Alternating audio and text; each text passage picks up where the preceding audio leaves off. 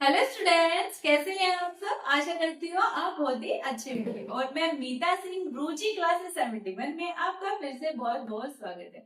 तो देखिए, हमारा हिंदी चल रहा है और हिंदी में मैंने आपको संज्ञा, सर्वनाम, विशेषण और आज हमारा टॉपिक आया है क्रिया। तो आज हम जानेंगे क्रिया के बारे में। इससे हमारे काफी क्वेश्चन बनते हैं। सकर्मक अकर्मक क्रिया क्या होती है, हालांकि क्रिया के काफी भेद है। तो चलिए आज बात करेंगे हम क्रिया के बारे में। आइएगा देखिए, क्रिया क्या होती है। क्रिया क्या होती है, इंग्लिश में जैसे होता है वर्ब, हिंदी में क्या बोलते हैं, हम क्रिया बोलते हैं। अब देखिए, क्रिया क्या होता है। क्रिया भी हमारा एक विकारी शब्द है। विकारी शब्द आपको मैंने बताया था, रूप, लिंग, वचन के अकॉर्डिंग जिसमें परिवर्तन हो जाता है, वो हमारे विकारी शब्द होते हैं। संज्ञा, सर्वनाम, क्रिया, विशेषण, ये हमारे सारे ही क्या है, विकारी शब्द है। तो यहाँ पर क्रिया भी क्या है, क्रिया भी हमारा एक विकारी शब्द ही है। तो इसकी जानते हैं परिभाषा। क्रिया क्या होती है। देखिए, जिस शब्द से किसी कार्य के करने या फिर होने का, जिस शब्द से किसी कार्य के होने या करने का बोध होता है, उसे हम क्या कहते हैं, उसे हम कहते हैं क्रिया। यानी कि शॉर्ट रूप में बताऊं तो कार्य का होना, कार्य का होना ही हमारा क्रिया है। जैसे मैं आपको पढ़ा रही हूँ, क्या कर रही हूँ, मैं एक क्रिया कर रही हूँ। इस तरह से किसी कार्य को कर रहा है तो वो हमारी क्या हो जाती है, क्रिया हो जाती है। अब बात करते हैं, देखिए जैसे मैंने कहा खाना, जैसे मैंने कहा मैंने खाना खाया, या फिर मोहन ने खाना खाया, सीता ने खाना खाया, तो क्या है, यहाँ पर खाना जो हो जाएगा वो हो जाएगी हमारी, क्या हो जाएगी, क्रिया हो जाएगी। पढ़ना क्या है, मैं पढ़ती हूँ, मैंने पढ़ा, ये भी क्या हो जाएगा, यहाँ पर क्रिया हो जाएगी। खेलना, मैं खेलती हूँ, मैं शाम में खेलती हूँ, या सीता बैडमिंटन खेलती है, तो खेलना भी क्या हो जाएगी, यहाँ पर क्रिया हो जाएगी। पीना, जैसे मैंने पानी पिया, मैंने पानी पिया, पीना क्या हो गया, पीना भी हमारी यहाँ पर हो गई क्रिया। तो इस तरह से क्या हो जाती है, जो कार्य हम करते हैं, कार्य का होना ही हमारी क्या कहलाती है, कार्य का होना ही हमारी क्रिया कहलाती है। अब बात करते हैं यहाँ पर, जैसे राधा को खेलना पसंद है, तो राधा क्या है यहाँ पर। देखिए, यहाँ पर आपको पता है पहले क्या है, खेल कौन रहा है, राधा। तो राधा यहाँ हमारा क्या है, राधा है हमारा यहाँ पर कर्ता, क्या है, राधा कर्ता। ठीक है, खेलना क्या होगी, खेलना होगी है हमारी यहाँ पर क्रिया, खेलना क्या हो गई है, क्रिया। और यहाँ पर क्या है, पसंद, राधा खेलना पसंद करती है, ये क्या हो गया हमारी, यहाँ पे देखिए ये हो गया हमारा, सॉरी यहाँ पर हो गया ये हमारा खेलना पसंद करती है, तो ये हो गया हमारा यहाँ पर क्रिया है। और ये हो गया राधा को खेलना पसंद है, या राधा खेलती है। एक सेकंड, यहाँ पर थोड़ा सा मैंने गलत वो लिखा है, अभी दूसरा लिख देती हूँ। जैसे राधा को नाचना अच्छा लगता है, राधा को नाचना अच्छा लगता है, तो लगता है क्या अच्छा लगता है, नाचना। तो नाचना यहाँ पर क्या है, क्या कर रही है, कर्म कर रही है, यहाँ पर नाच रही है, डांस कर रही है, कर्म कर रही है। तो अच्छा लगता है, यहाँ पर ये क्या होगी, हमारी क्या होगी, यहाँ पर क्रिया होगी। तो इस तरह से क्या हो गया, ये है कर्ता, राधा को नाचना अच्छा लगता है, ना क्या कर रही है, जो करते हैं वो होता है कर्म, डांस कर रही है, तो वो क्या होगा, यहाँ पर हो जाएगा हमारा कर्म। अब देखिए यहाँ पर क्या होती है, क्रिया क्या है, क्या लगता है उसे, अच्छा लगता है, ये हमारी यहाँ पर क्रिया है। क्रिया का मूल रूप क्या होता है, हमारा धातु होता है। क्रिया का मूल रूप क्या होता है, धातु। कैसे होता है धातु, देखिए अगर मैंने यहाँ पर लिखा पढ़, ठीक है, पढ़ ये क्या है, हमारा मूल रूप है। अगर मैं इसमें ना जोड़ देती हूँ तो क्या हो जाता है, यहाँ पर हो जाता है हमारा पढ़ना, यानी कि पढ़ना क्या हो गया। अब मेरी मूल रूप अगर मैंने आपसे पूछा, मैंने पूछा आपने पढ़ने में क्या है, पढ़ क्या है, तो पढ़ यहाँ पर हमारी धातु है, पढ़ क्या है हमारी धातु, और ना क्या हो जाता है, ये होता है हमारा प्रत्यय। यानी कि पर धातु में ना प्रत्यय लगाकर हम क्या बना देते हैं, यहाँ पर क्रिया बना देते हैं। जैसे क्रिया का मूल रूप क्या होता है, धातु होता है, और धातु मैंने आपको बताया क्या होता है, जैसे पढ़ना, इसमें जो ये पढ़ है ये हमारी धातु है, और ना क्या है, ना यहाँ पर हमने प्रत्यय जोड़ा है। ठीक है, इस तरह से धातु के अतिरिक्त संज्ञा और सर्वनाम से भी हम बनाते हैं क्रिया को। कैसे बनाते हैं धातु के अतिरिक्त, ये तो धातु होगी, जैसे मैंने आपको बताया पढ़ प्लस ना, क्या हो गया, पढ़ना। और यहाँ पे जैसे मैंने आपको बताया काम प्लस आना, ठीक है, काम प्लस आना क्या होता है, कमाना। तो यहाँ पर संज्ञा सर्वनाम से भी क्या बना सकते हैं आप, यहाँ पर क्रिया बना सकते हैं। जैसे धातु के भेद कितने होते हैं, सॉरी,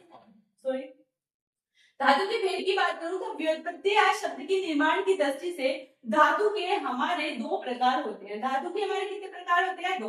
देखिए, एक तो होता है हमारा मूल धातु और एक होता है हमारा यौगिक धातु। कौन कौन सी होती है? धातु कितने प्रकार की होती है? ये क्वेश्चन बनता है। धातु हमारे दो प्रकार की होती है, एक तो होती है मूल धातु और दूसरी होती है हमारी यौगिक धातु। जो मूल धातु होती है ये होती है हमारी स्वतंत्र, यानी कि स्वतंत्र कैसे? जैसे पढ़, लिख, मैंने पढ़, चल कहते हैं कि पढ़ ले, ठीक है, पढ़ पढ़, एक पढ़, लिख, खा, इसमें अगर हम ना भी ना जोड़े तब भी ये क्या है? धातु, मतलब ये स्वतंत्र है, इसमें जरूरत नहीं है जोड़ने की। अगर ना प्रत्यय जोड़ भी देते हैं तब क्या हो जाएगा? तब ये हो जाएगी हमारी यहाँ पर यौगिक। ये क्या होती है? स्वतंत्र न होकर प्रत्यय के योग से बनती है। प्रत्यय मैंने आपको बताया पढ़ प्लस ना, यहाँ पर ना क्या हो जाता है? ना हो जाता है यहाँ पर हमारा प्रत्यय। तो इस तरह से यहाँ पर पढ़ने, यहाँ पढ़ा, तो पढ़ा से पढ़ना क्या होगी? यहाँ पर ना प्रत्यय जोड़कर हमने इसे क्या बना दिया? यौगिक धातु बना दिया। जैसे देखा, देखा क्या था? देखा हमारे, मैंने कहा आपको देख, देख क्या है? हमारे पे मूल धातु है।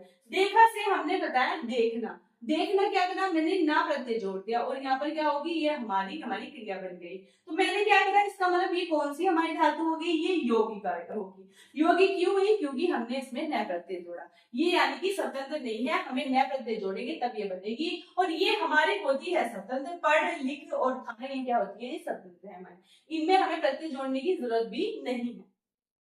चलिए, एक क्वेश्चन आता है रचना की दृष्टि से क्रिया के भेद। मोस्ट इंपोर्टेंट ये हमारे से पूछा जाता है। देखिए, मोस्ट इंपोर्टेंट ये भी है, ये पूछते हैं कि हमारी क्रिया कैसे बनती है?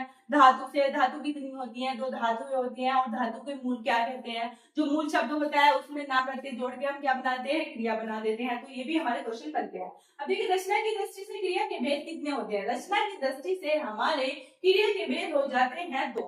अब दो भेद कौन कौन से होते हैं? फर्स्ट नंबर की मैं आपसे बात करूं तो हो जाता है यहाँ पर हमारा सकर्मक क्रिया। सकर्मक का मतलब देखिए, सकर्म, जो मतलब जिसके साथ कर्म हो। कर्म से इसके शब्द से ही पता चल रहा है। सकर्मक का मतलब जिसके साथ हमारा कर्म हो। यहाँ पे बात करूं अकर्मक क्रिया की, अकर्मक जिसके साथ कर्म न हो। अकर्मक का मतलब जिसके साथ कर्म नहीं है और सकर्मक का मतलब क्या होता है? जिसके साथ हमारा कर्म है। जैसे लिखा है मोना फल खाती है, तो मोना क्या है? मोना यहाँ पर क्या है? हमारी करता है। मोना क्या है? यहाँ पर करता है। फल क्या है? यहाँ पर खाती है, क्या है? हमारी क्रिया है। और क्या खाती है? ये है हमारा कर्म।